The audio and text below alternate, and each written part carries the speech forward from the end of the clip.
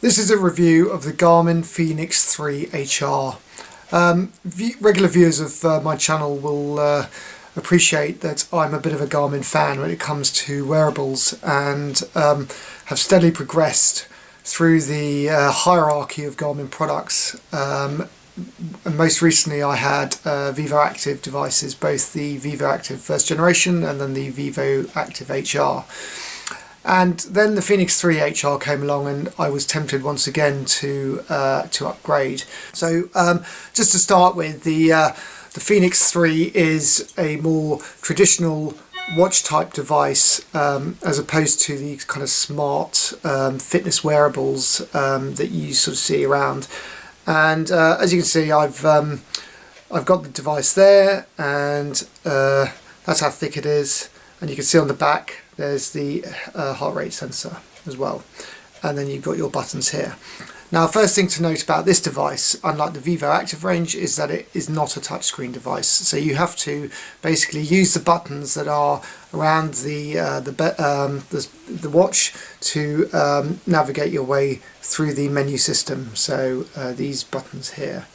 They are labelled, although this is the sapphire version of the watch. The labelling is a little bit difficult to read. Certainly when you're on a run or something like that, you would find it difficulty. So you do need to kind of find your way around the device fairly quickly. The other thing to note is that actually the strap is really comfortable. This is just a standard rubber strap, and the straps are interchangeable quite easily, but I actually find the strap really comfortable. The only niggle with the strap, by the way, is when I put it on, you'll see that you'll see just there that the catch for the strap to tuck it in has slipped all the way down. So invariably I'll put it on and then I'll have to try and get this thing all the way up. So nowadays I try and remember to have it up there before I do the watch up, so I can tuck the strap away nicely. Now, a number of things about this device. So basically, as I said, it's not a touchscreen device. And in fact the round fascia as well doesn't actually turn. It's interesting, I was having a look at the Samsung Galaxy Gear 3, which does have a rotating bezel, I suppose you call it.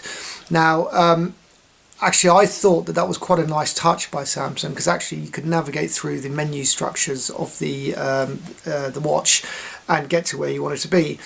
In addition to that, it's a touchscreen device, whereas this is not a touchscreen device. But having said that, there are things you lose as a result of that. So, for example, it's not waterproof, so you can't take it swimming, for example. And this is very much a watch designed for triathletes and multi-sport users. And I can go on to that a bit, and I can go on to about that in a bit as well. Now, in terms of the software itself, if you've used a Vivoactive device or another Garmin Forerunner device or something like that, one of the more modern ones, then the software interface is not going to become a great shock to you. So, for example, if I tap this start and stop button here, then you can see the different versions of activity come up, and you can scroll through. And when you're ready to select the one you want, you just tap there, and then obviously you'll get your GPS fix and what have you. So it's fairly easy to find its way around. The only thing I'd say about the buttons is, so you've got the top left button, which is basically your light. So if I press that, you probably can't see that in this light, but the light does come on, and it does make a difference actually in terms of the readability, especially in poor light. But then it means that these two buttons here, this is the up button and this is the down button, which is slightly confusing to begin with, because you're expecting that to be the top to go up button.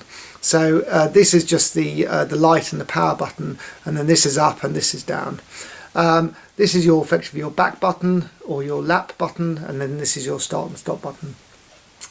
Now, as you can see on this device as well, I've got quite nice, well, I think it's quite a nice fascia, which is a standard analog watch fascia, and it's also got my step counts and my battery, and what else has it got? My heart rate as well. Now this was a fascia that didn't come with the watch itself, but this is where Garmin's Connect IQ service comes in, which is a fantastic online service where you can download loads and loads of different fascias for your device and put them on the device and make it look how you want it to.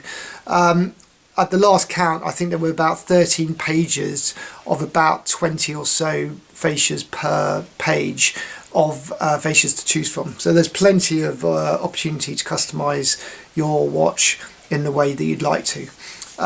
In terms of the watch itself, it's obviously quite big, but and my initial thought was, gosh, it's quite clunky, but actually on the wrist it fits really comfortably and it looks really, all right. It looks like just a normal watch.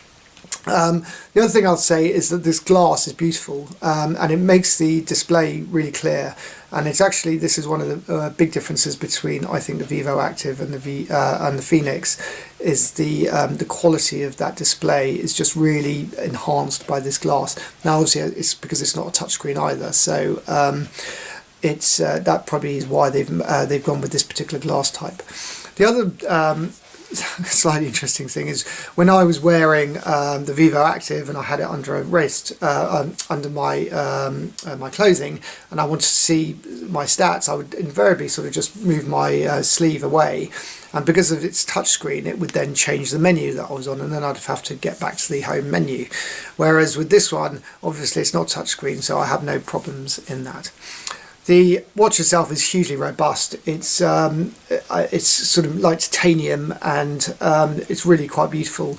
So I've got no worries in terms of its durability, especially if I'm thrashing around on the bike or running or whatever sport I'm doing.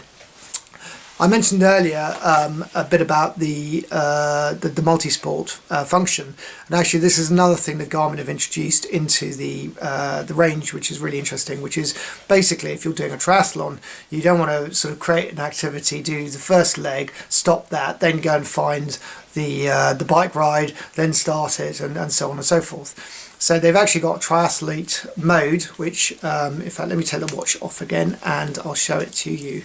So basically you could press the start and stop button, okay, and then I'm just going to scroll down to triathlon here. And then if I press start, it basically starts your, it's obviously now going off to get to the sensors and things like that, but basically it allows you to do your first leg and then basically hit the button, and then that will automatically push it to the next leg, and automatically obviously default into cycling mode at that point. I think that's a really clever move. I just wish they'd gone one step further and allowed you to create your own multi-sport setup.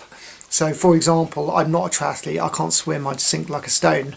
Well, not quite, but and actually if I could have a multi-activity where perhaps like a duathlon, for example, where I'd run, then cycle and then run again, or it may be that I just want to go for a cycle and then a run, or vice versa. So to be able to customize my own multi-sport activity and save that so then it knew exactly what order to do the activities in would be another great enhancement. So I'm going to write to Garmin and ask for that, but other than that, I think it's really nice that they're thinking like that and beginning to think about the multi-sport mode. One of the other reasons I went for this device, and this is slightly more edge case probably, is that I've got a power meter on my bike, and I was actually quite shocked to realise that the Vivoactive HR couldn't support power meters, which I'm not quite sure why, whether there's not enough processing power in the Vivoactive HR or what, but it did mean that I basically had to revert back to my Garmin 800 on the bike to get my power readings. No such problem with the Fenix 3 HR. It supports power mode, and in fact the power mode can then also be broadcast as well, as can the heart rate. So you've got various different opportunities of taking data in and rebroadcasting it to other devices as well. So if you are keen on the bike mount products, you can use the Fenix to take the readings and rebroadcast those to other devices, which is quite interesting too. In terms of battery life, the Garmin quoted battery life is about 6 days, 5-6 days. To be honest, I mean, this clearly is entirely dependent on how much activity you do and how much use of the GPS you make. So if you're doing a marathon a day, then clearly it's not going to last for 5 days.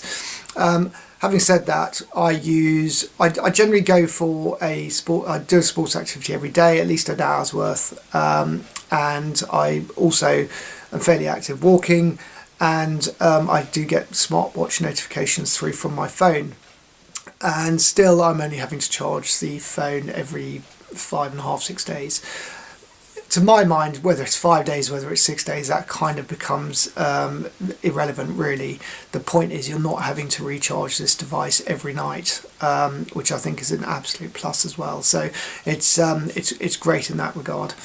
Apart from that, I'm struggling what else to sort of tell you about this device, that from where it differs hugely from the Vivoactive HR. I think ultimately it comes down to a point of style. Whether you like a more sporty or light version of the product against a traditional watch. But then you've also got the introduction of the Forerunner range, where a lot of this Fenix capability is also in the Forerunner devices. So I think what Garmin are doing is that they're getting their platforms sorted and then basically trying to push those platforms out in as many different wearables as possible, giving you the option to go for a more sleek look or a heavier watch if that's what you want. In terms of my overall feeling about this watch, I'm not going to go into details about the whole Connect experience. I think, what I was hoping is that if you're reading this, you already know about the Garmin products, but clearly it does all of the heart rate during the day, it does your step count, it can do loads of different sports. So if I actually just read through it, it does, I'll start right at the top.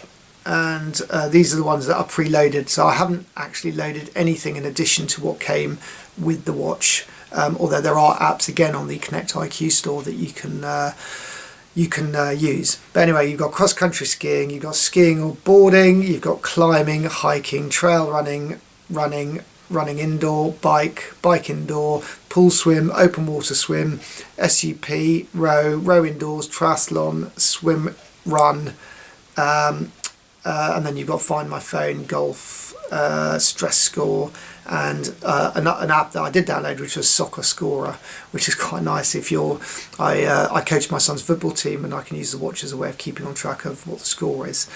In fact, I did talk about multisport earlier, and I hadn't actually seen swim run before, so there you go, there's another multisport option. But actually I'd love to be able to have the run bike run type option, where I don't have to faff around every time. I can just switch between the activities on the go. A couple of other things to mention actually, which I forgot so far, is that this device also comes with a altimeter, barometer and compass. So if I I've just turned that on here, I'm going to take the watch off again. I don't know if you can see that. Yeah. So there is the altimeter, barometer and the compass, and if I just change that around, you can see the compass moving. Also from a GPS perspective, it actually uses GPS and GLONASS, which is the Russian system. What I've done a little bit of reading on this, and what that basically means is that it can pick up either of those systems, which means that if you're in an area where you don't have particularly good coverage, then it's going to pick up one of those systems, so it's ultimately going to be more accurate, which is also good news. And I think probably if it's hunting less for GPS, it probably has an impact on, or beneficial impact on battery life as well. The other thing which is worth mentioning at this point, I suppose, is that Garmin have introduced a system called True Up, which also basically allows you to have multiple wearables, and it'll basically sync your step count and stuff like that across those devices, so that if, for example, you wear a Vivo Smart just for step counting, but then switch to a Fenix for your sports, then all your stats are going to be coordinated, and you're not going to lose any of your statistics, which is another great move in terms of getting people to maybe use wearables as part of their lifestyle as well. So not everyone wants a big chunky watch on their wrist all the time, although I happen to love it. So that's True Up, which is again another great development. I'm just trying to think if there's anything else that I really should mention at this point about this device. It's incredibly comfortable to wear, I think I've said. It's water resistant up to 100 meters, I believe. Let me just double check that. This is the box, which is a pretty nice box. Let me just 10 ATM, so depth of 100 meters, pressure equivalent of 100 meters, yeah. So that's also quite interesting. One other thing while I remember, so this is the charging device that comes for the Fenix. Now, I have to say the Vivoactive HR charging device was just a pain. It was flimsy and it wasn't great. And in fact, for the Vivo Smart as well, it wasn't much better. This one here has got a little catch kind of clasp, and you'll see it's much chunkier and really holds the device, the watch in really nicely. The only issue I say is after I got it in on the first time, I was trying to get the watch out because I didn't actually know that this actually went like this. So I was trying for ages to understand how to unclip the actual watch. So there we are. That's what happens when you don't read the label. I thought what I'd also do is just show you the comparison between this particular device and the Vivoactive HR. So I'm going to put both of them on my arm, and there you can see. So in fact, obviously the Fenix 3 is a lot larger than the Vivoactive HR, but like I said, it's such a comfortable device. I really don't know that I'm wearing it half the time. And what I'm just going to do is I'm also going to show you a comparison of the depth of the devices as well, because one of the things I was surprised about is how difficult it was to get a shirt over my Vivoactive HR. So if we have a look at the depth of the devices, I don't know if you can see that, you'll see that they're pretty much identical, but in fact, let me just do that. Yeah, the Fenix 3 is slightly deeper with the bezel and everything else, so you can just see that. Let me just line that up. Whoop. Yeah, probably not going to be able to see that, but the Fenix 3 is slightly larger, but because of its larger size, it doesn't feel as deep as this device, which I always felt was quite deep for the size it is. Having said that, this is a lot lighter, so if you do want to just be going for a run and you're not too worried about taking a fully fledged device with you like the Fenix, then obviously the Vivoactive HR is going to be more than enough in terms of capable of being taken for a run or what have you. It's probably less cumbersome. In fact, the first time I went for a run with the Fenix, I'd say I did notice it for the first sort of mile or so. I was kind of aware of this watch, but then actually after a while I got used to it. So I suppose it's like anything, you just get used to something and then that's fine. But I didn't find it after that first mile, I didn't find it any problem after that. I'm also going to do a separate review on, excuse me, the HRM Run, which is a device that actually I got bundled with the Fenix 3 HR, and it does come as a bundle, which is this particular bundle here. So as you can see, it comes pre-packaged. Check out my other video for that review, because if you're a runner, I love this. It's absolutely amazing, and I'll explain why in my other video. I will also do an independent review of the Vivoactive HR, because I think it's a great little device, and I think definitely worth considering if you're not necessarily going to need all of the extra features and benefits that the Fenix 3 packs into its shell.